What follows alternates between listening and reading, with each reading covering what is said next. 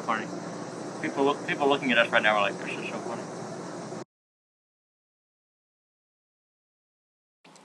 So I'm from a small town just south of Boston, Massachusetts, a little town called Scituate. Nice little drinking town with a fishing problem, as they say. A lot of lobstermen and things of that nature. And it's a beautiful little town. I love it there.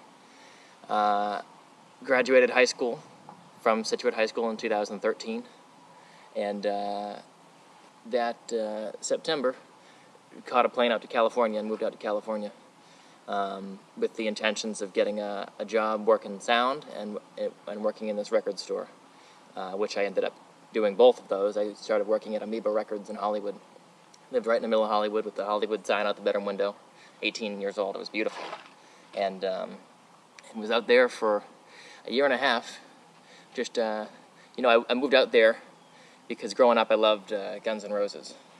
And then also the whole Laurel Canyon scene of Crosby, Stills, Nash & Young and the Mamas and the Papas and all those other folks and Joni Mitchell that make that canyon so magical and memorable. I moved out there with those concepts in mind and hoping to find that out there, that same creative spirit, that same energy. After a year and a half, now I'm like 19, didn't seem to find what I was looking for, and was also just at a point where I decided I needed a change. So I moved home back to Massachusetts for a year, and that's when I got a job that spring after kind of just bumming around all winter, working as a mason. But that winter I was really taking more interest in like James Taylor and Stephen Stills, and taught myself how to fingerpick. So I wasn't doing much, but I'd stay up until all hours of the night just working on fingerpicking. Helplessly Hoping is a Stephen Stills composition, and Riding on a Railroad is a James Taylor song that I heard that. There's a live version of him at the BBC playing that, and I was like, that is the fucking coolest thing. I want to know how to do that. Because when you fingerpick, it's all about the bass. You can play the bass notes and the melody at the same time. It's a whole other thing versus just strumming. It's kind of just a background thing. So to fingerpick, it's a whole, you can really write a song with it. There's a couple of musicians that are full-time musicians that hang out here from time to time, and they're a husband and wife. And that's kind of what it was started as, and then kind of telling the story of the two and how they got together and living their life. I don't know. And then I kind of made it more about my own perspective, and it turned into its own thing. Yeah. I was picturing this bar when I talk about he's going out at night and playing his songs, drinking tequila till his money's gone. It's about sitting here at this bar drinking. You tell the story's true.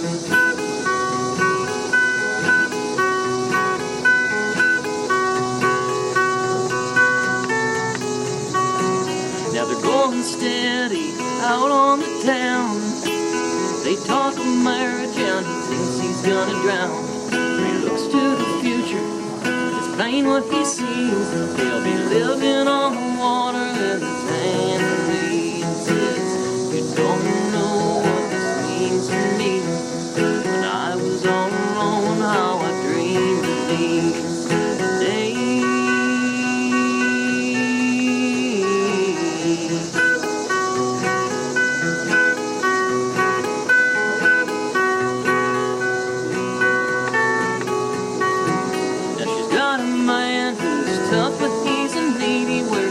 Right on his chest, but he knows that's not enough. He's got his woman who believes in his dreams, and he got down on his knees to say, come follow me, love me, please believe in me, keep me company. That fall, it was like, all right, I need to get on with my life, Even at the time that I enjoyed back at home, I always knew that I had to do something more. I'm serious about playing music. I don't know what that means, but I want to do the best with it I can. And in a small little town, there's just not as much going on. So I then decided to go down to Austin, Texas. So I drove down to Austin, Texas. And now at this point, I am 20. Yeah, 20. And went down there and lived there for a few months. Actually lived kind of camping out of my car, and ended up getting like a cool camping situation where I was selling Christmas trees. It was around the Christmas time. and had a great time out there. Ended up heading back out to California to visit some friends just before I had turned 21, because not being 21, I couldn't really go out into the bars. It's limiting, you know. It's a thing that it's nice to go out to a bar and just listen to your friends play and socialize and get to meet people, and it's really about supporting your local music community. So it's kind of crippling when you can't do that. And, you know, you could say, well, get a fake ID, and I had a fake ID, and I would use it at, like, a place or two, but I didn't want to be creating false relationships with people, so I didn't really do that too much. So I was out in California for that spring, and now, so both times I've lived in California, I had a good friend of mine, Pat. He flew out, and we took road trips back to Boston, because I moved home again after being in Austin. Now I'm 21. Took nice, beautiful 2-week road trips all along the country, up and down zigzags, and seeing everything we wanted to. Zion National Park, and New Orleans, and everything in between. Whitewater rafting in West Virginia, just a bunch of beautiful shit, just for the hell of it, you know, just because why not? It's fun shit to do. Then I was home for that summer. Now we're 2016, and at the end of 2016 in November, now I'm 21, and after kind of traveling around for a few years and getting a different taste of different places, I was like, all right, I need to go, and I need to go somewhere and put my whole heart into it. I'm at a point now where I just need to really establish my life, and I don't know where I'll end up in 5 or 10 years, like we talked about earlier, but I need to fully, wholeheartedly work on what I want to do, and that's in writing songs and playing music. I started to take singing more seriously. I didn't start out as a singer. I started out wanting to play like Slash or Angus Young from AC/DC. Slowly I discovered the music of, you know, Bob Dylan and Crosby, Stills and Nash, and that changed things a little bit. I wrote this song about a friend of mine who gave up and moved home, but she said she's coming back, so I hope she does. But envisioned like her grandparent writing a letter to that person at the beginning of their life to not give up on their dreams, from the perspective of somebody that's lived their whole life and seen just how life unfolds. So this one's called Sign Yours Truly.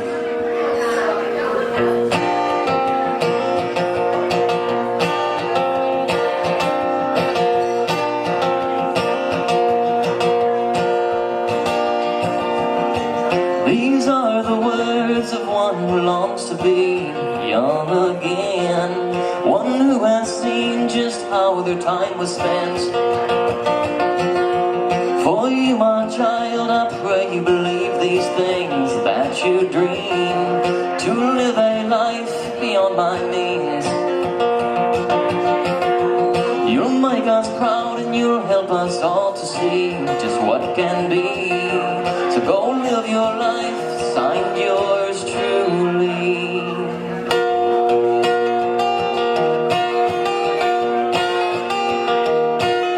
With scissors don't you run, and you should never play with guns. I never let you see one thing for yourself, but I have shown you precious things that I could never dream of on my own.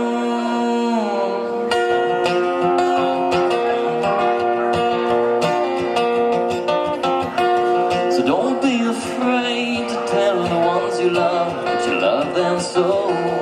Don't be afraid to open doors. Don't be afraid to chase the dreams you dream, for they all can be. Don't be afraid to go beyond what's seen.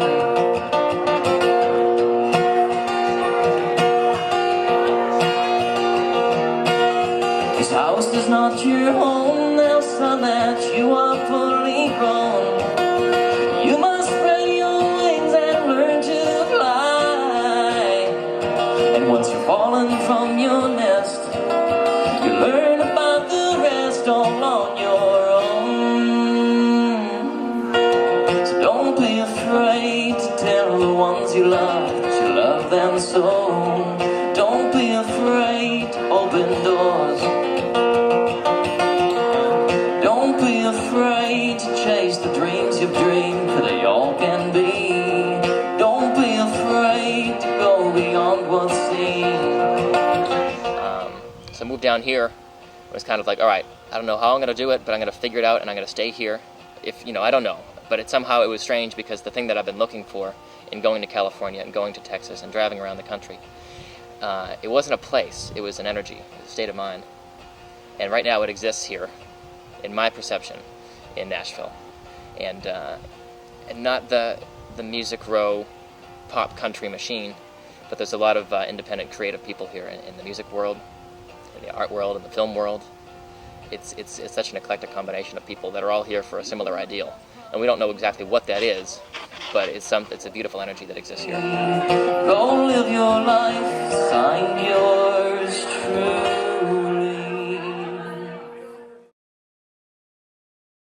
And so now I've been here 2.5 years. It's now July 2019. I moved here November 2016. And it's totally exceeded my imagination. I knew it was possible, I knew it could exist, but to see it in real reality, instead of just dreaming about it, sitting there thinking and hoping and wishing, it's reality, to the point where I've gotten a band together, I've got some recordings that are going to be finished.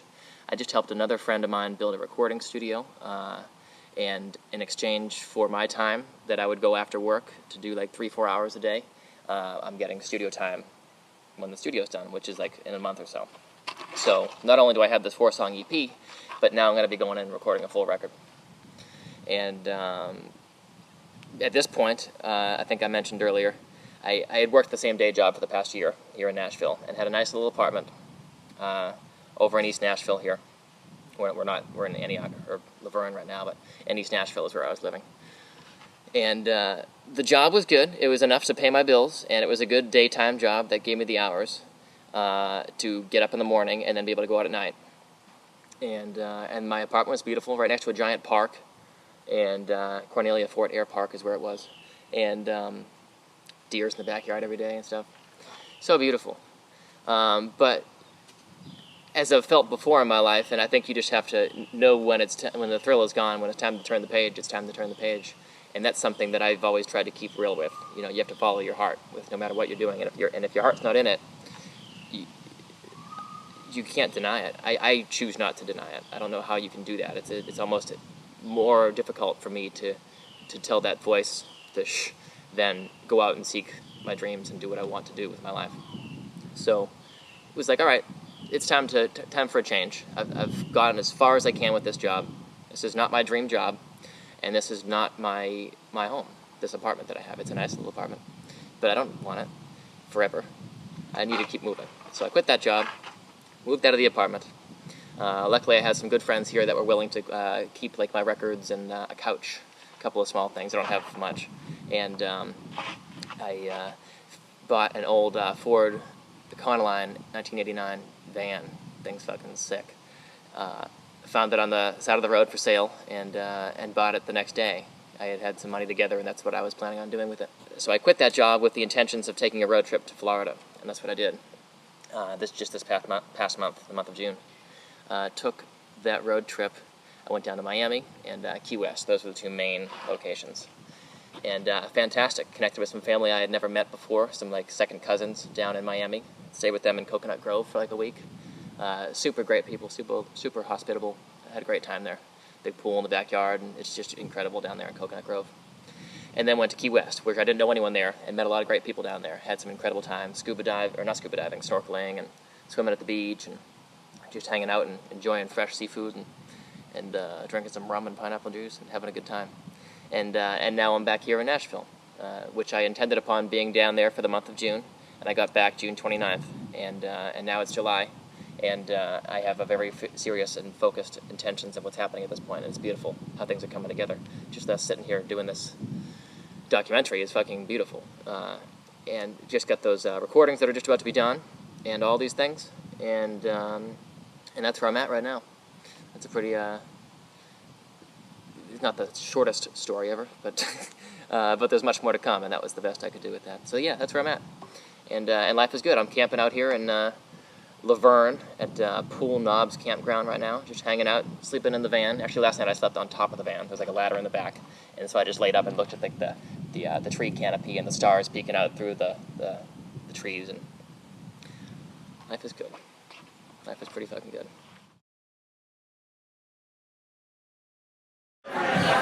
Guys, please give a hand for Bobby Corbin.